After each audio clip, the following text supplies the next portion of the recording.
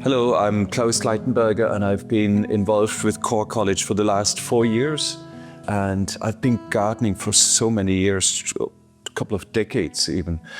But since then I've learned so much new stuff. The medicinal herb growing totally opened up a whole new world for me on amazing learning curve. And Heiko here, the expert of it all, has taught me an awful lot. Took a while though to get around to it. So Heiko, you've been here 3 years now as the gardener, isn't it? 3 years in Cork College, yeah. Yeah, fantastic. And before you were at Shan Valley? Shan Valley for quite a few years. Yeah. Yes, and been growing you also organically. Converted vegetable grower, organic vegetable grower. Yes. Did you go back to growing vegetables? No, I don't think so. It is amazing. Fallen in love with the herbs, yes, yeah. And diversity, and all the different characters. Yeah. So usually you'd think about herbs growing in Mediterranean climates or good dry soil for high essential oil content, etc., etc. Are there any herbs that you would recommend for growing in Ireland? Yeah, I think of Valerian. Valerian's a real bog plant, really happy in the wet drains in Offaly. Which in the goes bogs. Chile, yes. Yeah. So it's all over the place in Ireland. Everywhere where it's wet, rich ground, it will thrive. Brilliant. And you're in Cork College, you grow it down by the river. By the riverside. Yes. That can even get flooded, doesn't it? We had a severe flood only a few weeks ago, where the garden was completely submerged, and the Valerian certainly doesn't look any worse for it. No, it's wonderful plants. I love it. What else would you recommend? The Meadowsweet also loves it down there. It loves the floodplains, or again, wet, rich ground. Excellent. Yeah. Easy to grow, both of them. Very easy to grow. If they grow in the right conditions, of course. Absolutely, yeah. Yeah, what else would you... The mints are very happy down there. Yeah. The Venta paprika, the spear. I heard somebody testing mint and finding that in Ireland they have a much better essential oil content than in a warmer climate. It doesn't get too hot here. Yeah. In Southern Europe, North Africa, the summers are just too hot. And the essential oils don't like that. The content of the oils will reduce in the heat. Even in France, the lavender growers have problems there because the summers are so hot. Okay. Actually, English lavender grown in England is better than in France. So you're saying lavender would be perfect potential crop here? We have a few growing here in Cork College, but will you plant more in the walled garden? Yes, they will definitely thrive, but you wouldn't plant them by the river. You would plant them up the upper garden, we call it, in the rubbly, dry soil. Yeah, so here in Cork College, we're lucky that we have different soils, different climate zones, microclimates even. We have the river garden, which gets boggy and wet. We have a gravelly garden up here. And then we have that amazing walled garden in Castle Comer as well, which grows amazing crops, doesn't it? That's an ideal growing space. Well, it was designed for that. Yeah. So you have the shelter of the walls, you have a gentle slope also, and it's facing in a southerly direction. And it's a deep, gravelly loam, which is free draining, but it has a richness as well. Yeah. So and there we do more commercial growing of it with hopefully machinery as well and bigger, longer rows. While here in the convent, it's a cloister garden, so it's more nicely designed, isn't it? Yes, but we have all the different habitats here. We also have the woodland habitats, which we would not have in the walled garden, of course. The floodplain also. Yeah. What other herbs would you recommend people to grow in Ireland? Well, there are the Mediterranean herbs, we call them. The thyme, rosemary, sage, also the likes. They're very happy. You just don't plant them in the wet ground. You plant them where it's a little drier and sunnier. They usually be quite frost hardy, but the wet feet in winter, isn't it? I find that they don't like that. They hate that. Yeah. So those we plant on mounds. If needs be, if the ground is too wet, so we raise the ground so that the ground is shedding the water. One thing that I learned here, I used to call plants weeds, you know.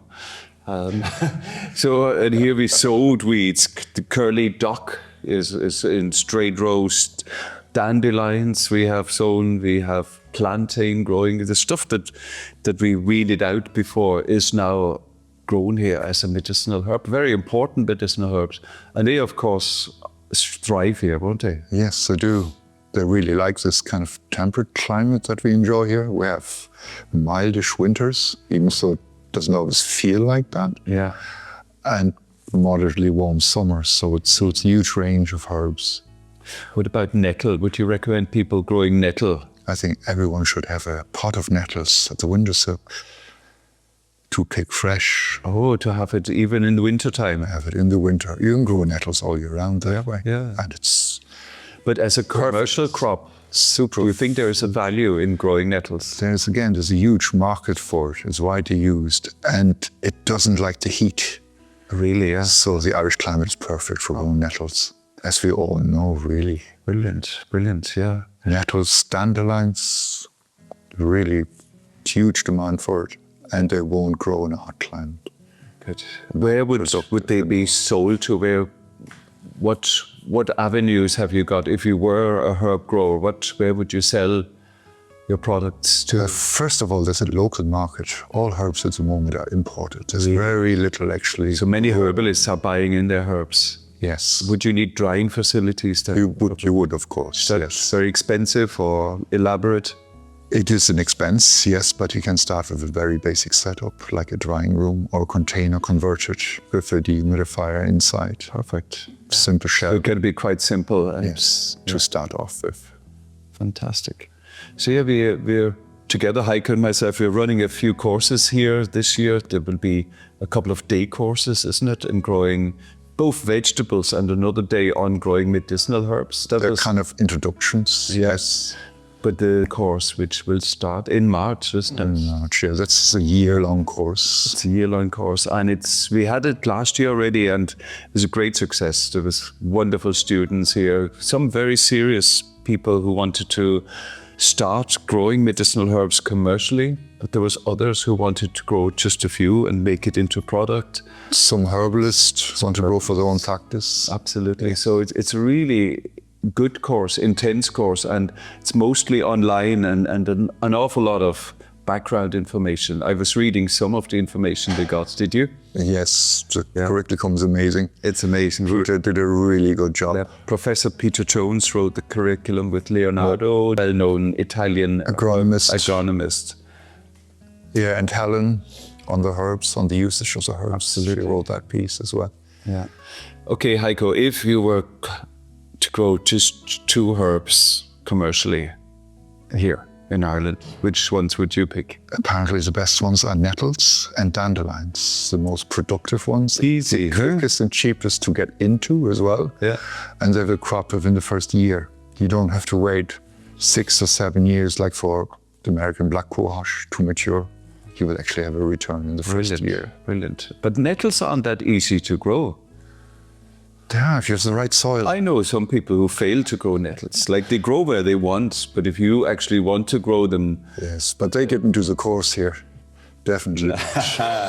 Excellent. So you'll be teaching everybody how to grow great nettles. Yeah, then have nettles growing out of the ears after the years. And they'll be super healthy, full of... What do nettles have? Irons, minerals, vitamins. Yeah. Brilliant. Yeah, everybody should eat nettles. They're just popping up now. Nettle soup, nettle tea, everything is good about them, isn't it? There is, yeah. And there's also nettle seed, which is supposed to be really good. Yes, also as a kind of anti-inflammatory. Excellent, excellent.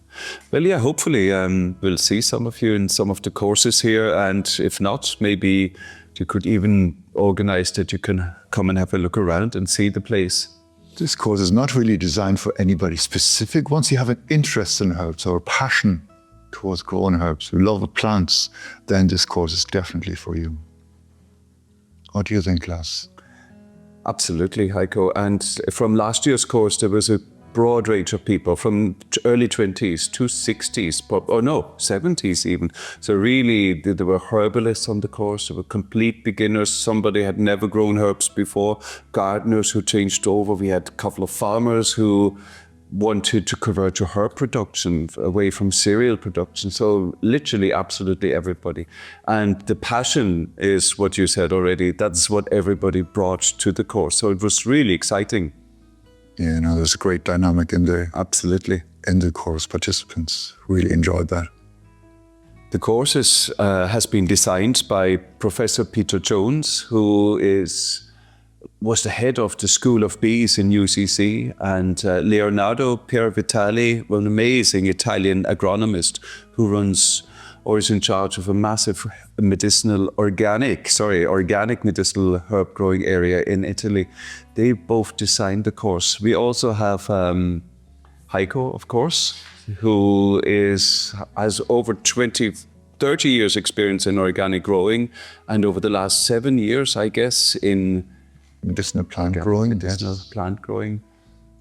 So we both really have the lifelong experience of growing organically. Yeah. Yes, and the practical aspect is what the two of us, we do the practical element together. Yeah. And we have Helen, of course, the master herbalist who runs the college, with David, who also give a very important input then on actually how the herbs are used. And then there's also Ian Tolhurst.